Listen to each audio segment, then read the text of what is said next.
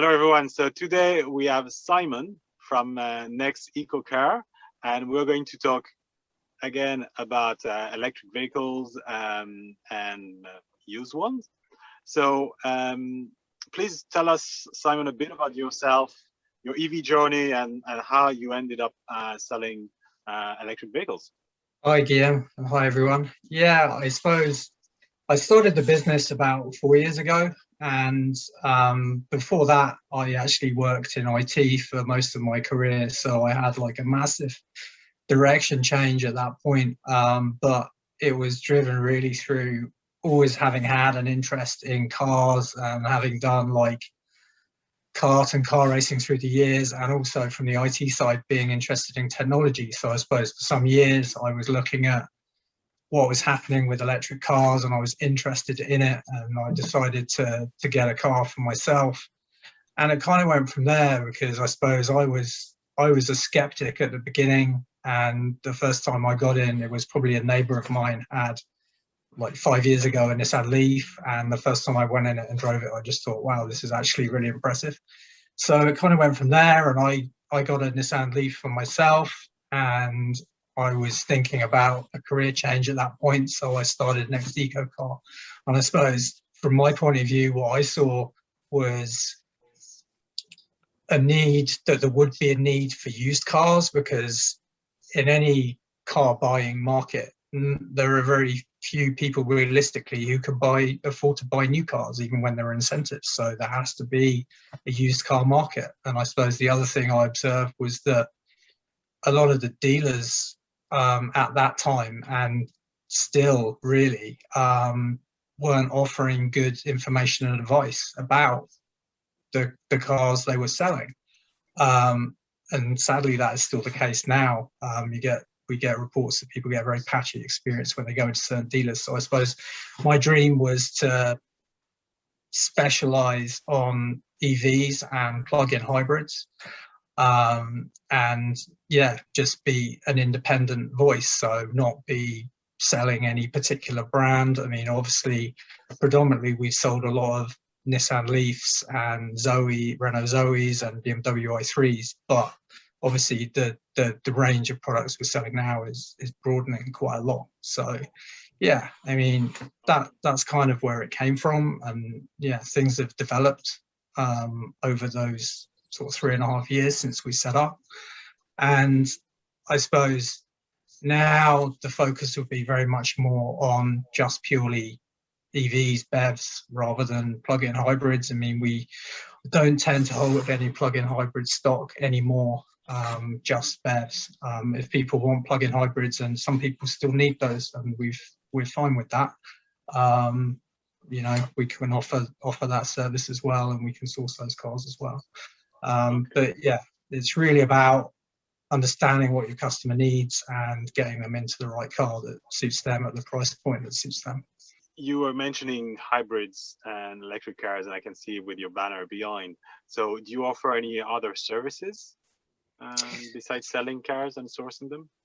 It's mostly the cars. I mean, we do sell accessories as well. So we sell like charging cables, and we have a relationship with EO charging, so we can supply EO chargers. We don't do installations, but we have a good relationship with 2 or 3 of the really good installers, who are, I believe, the good installers in this country. And we leave that side of it to the experts, as you know, we like to be the experts in the cars, so we leave the charger installation to people who are best and most experienced at that. The other service we offer is basically a consultancy service that we call EV Advisory. And this is really for businesses looking at transitioning their fleets to electric vehicles. So we can go in and talk to people independently about, you know, what their needs are, what might suit them best, what they might need in terms of charging, what the tax breaks are, and these sorts of things. So that's another service that we're offering since last year. Where do you source the cars that you sell? Well, things are evolving. So if you'd asked me that question a year ago, I would have said 95% from the UK, because that was always the place with the best choice, and it was pretty straightforward, and pricing was good as well. Obviously now with Brexit, things are changing somewhat. The pool of cars that we can bring in economically from the UK has changed, because we can only realistically bring in VAT qualifying cars, which rules out a lot of older stock. And also there's duty on certain cars, any cars that aren't built in the UK. So it's we're still feeling our way a little bit in terms of what it's worth bringing in from the UK and what it's worth, what's better to source locally. Obviously, the fleet we have here in Ireland is still quite small, and in the north equally. So we're having to be pretty flexible. I suppose one of my concerns is that prices are going to get driven up by the fact that our fleet here is still quite small, and we will need to bring in cars from the UK, and there's additional cost. But you know, we'll do the best we can to keep that as competitive as we can. So yeah, I think at the moment, since the new year, most of what we've sourced has been local cars.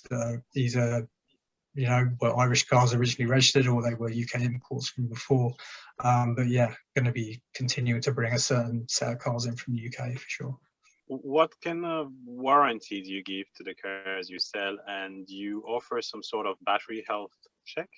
Yeah, so in terms of warranty, I mean, a lot of EVs have quite long warranties on them. So anything that still is under manufacturer warranty obviously is covered by that, and some of those warranties are quite lengthy now, particularly on the battery and the drivetrain specifically. So it only tends to be something we need to offer on the slightly older cars, maybe from 3 years on.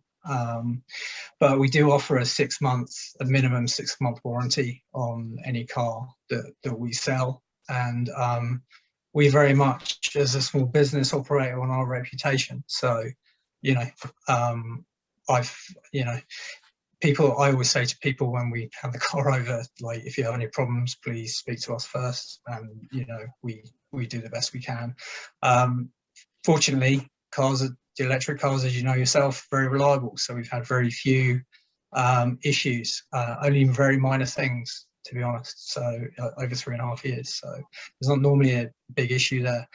The warranty market is quite challenging here still in terms of what you can get as a warranty product on used EVs.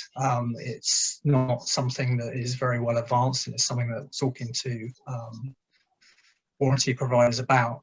But I mean, where we can use a product, we do. If there isn't a suitable product available, then we'll offer our own warranty on cars, so people get peace of mind. And in terms of the battery check, of course, we have our own diagnostic equipment, and I battery check cars before I buy them myself.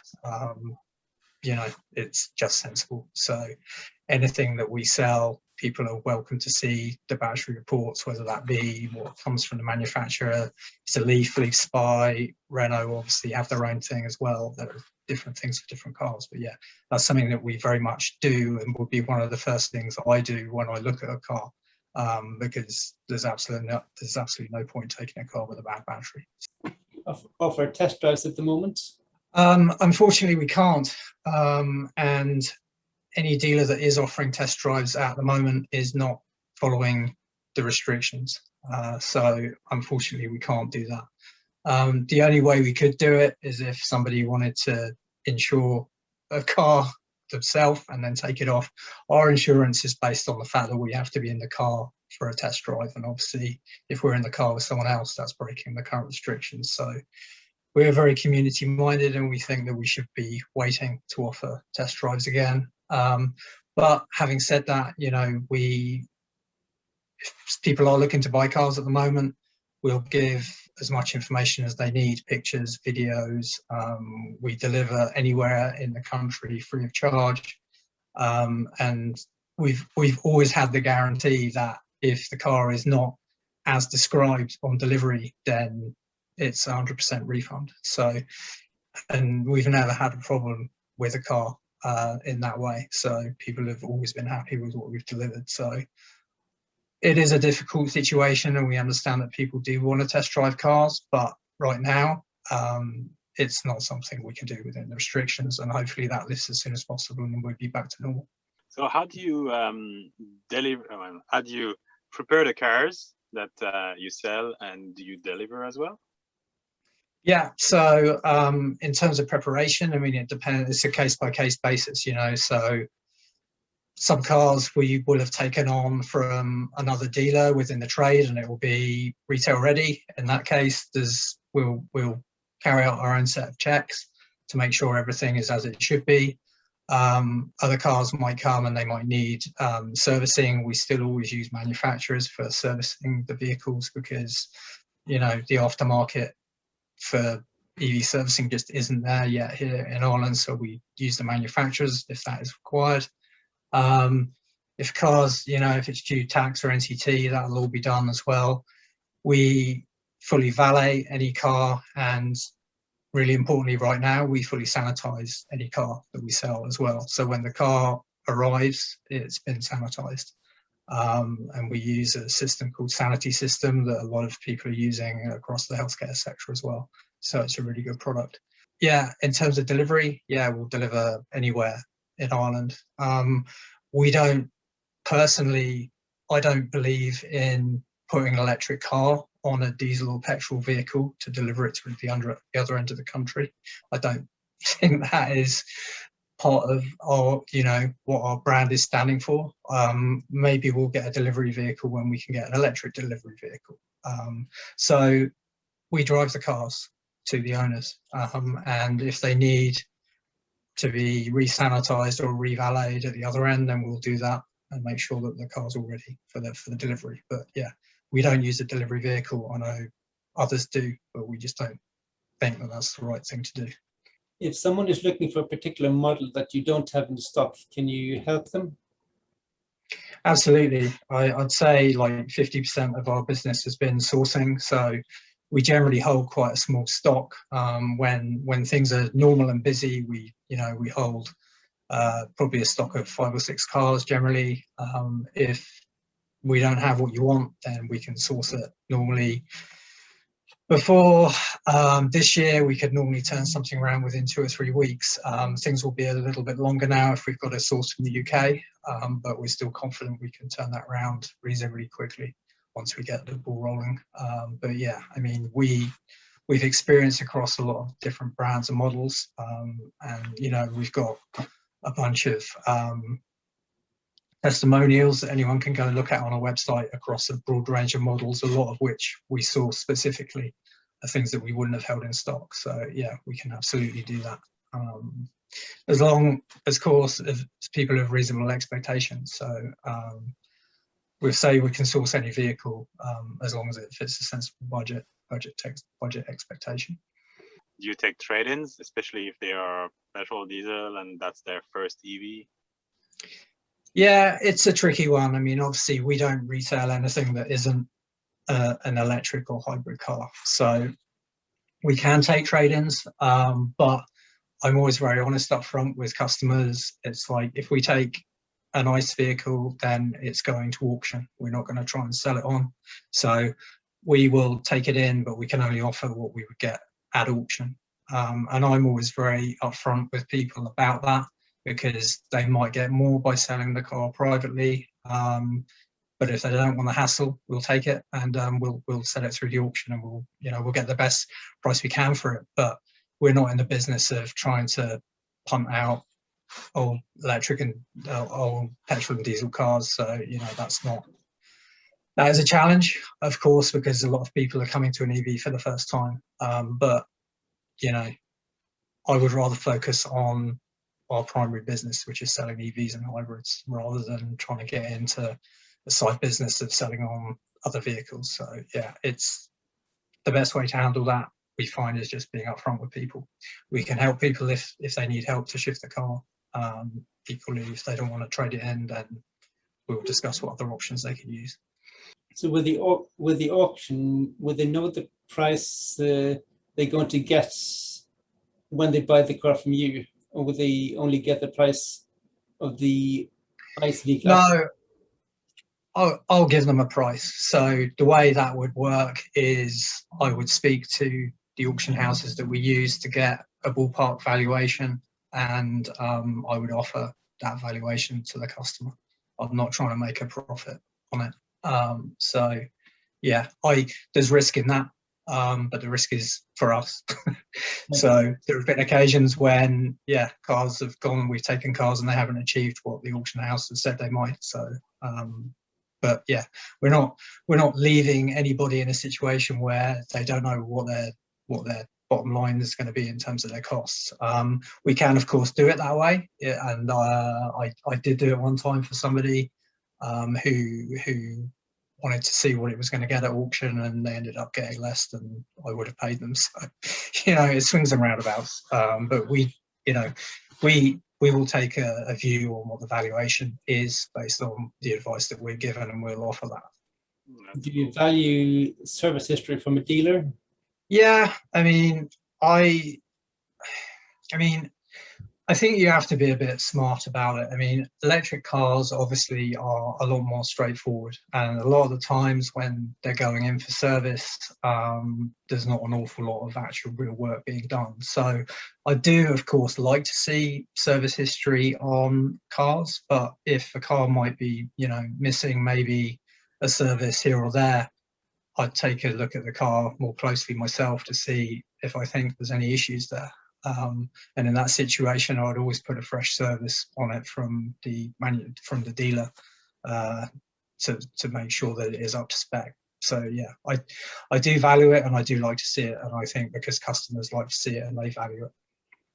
I have a question. Have you sold any EVs to professionals like taxi drivers or other businesses? And have you seen any trend?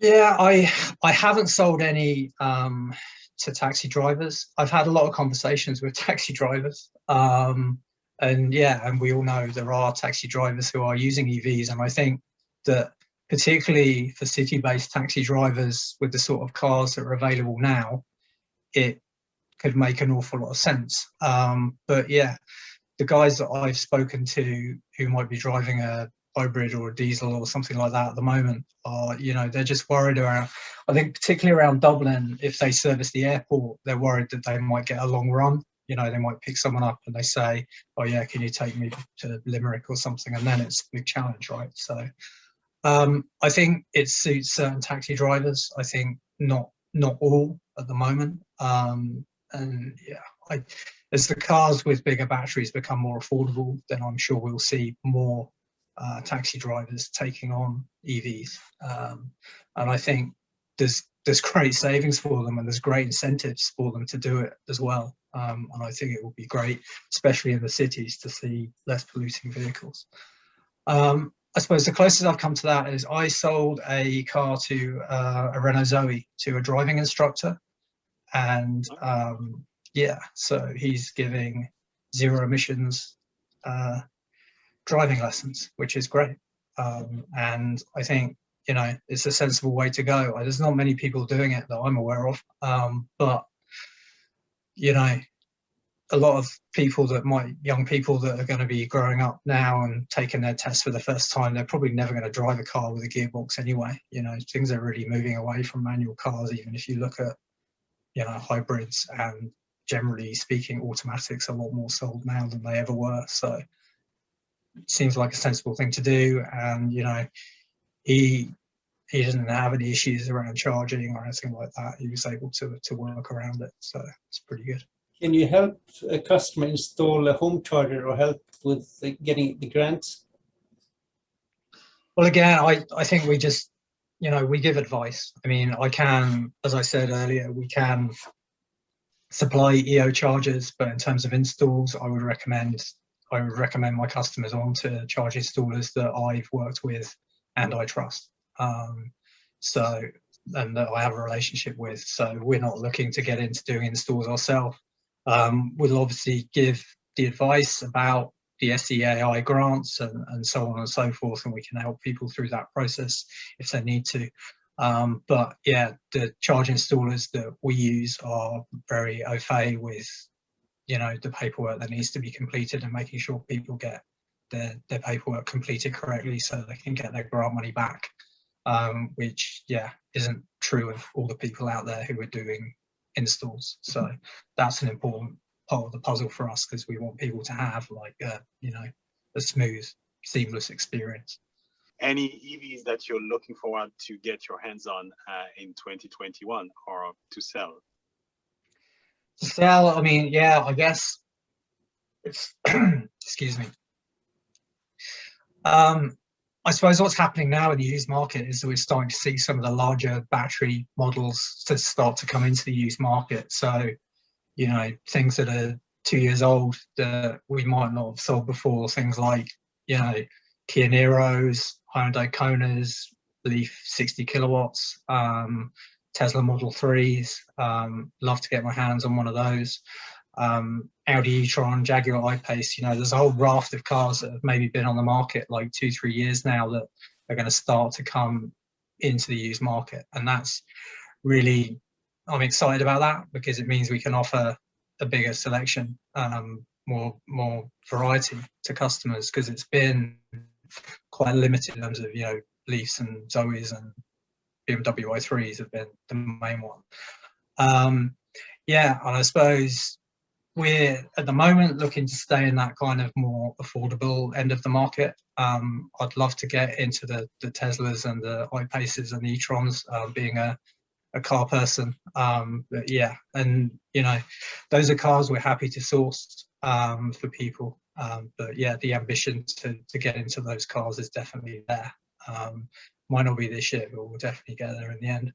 But yeah, I mean, just in terms of generally looking at the new market as well, and the amount of cars of EVs that have come out in the last 12 months and that we are expecting this year, it just makes it really exciting for the future, for the next few years, because there's just going to be so much variety, whereas it's been very limited up till now. So yeah, it's great. Really excited about it. Do you have anything else you'd like to add? I would just say, like, obviously, you know, we primarily, the business is about selling cars, and I'm very passionate about cars, and I'm really passionate about technology, and EVs are really a great combination of those things there. But one of the other things I really care about is, you know, the planet and air pollution and things like that. We do, you know, try to do a lot of work around advising people and getting involved in the community to make sure that, you know, EV adoption is driving ahead and that we get the benefit from that you know, the environment needs. So we're very much involved in that side of things as well, and I was happy to give advice with no strings attached to anyone that's looking to get into an EV.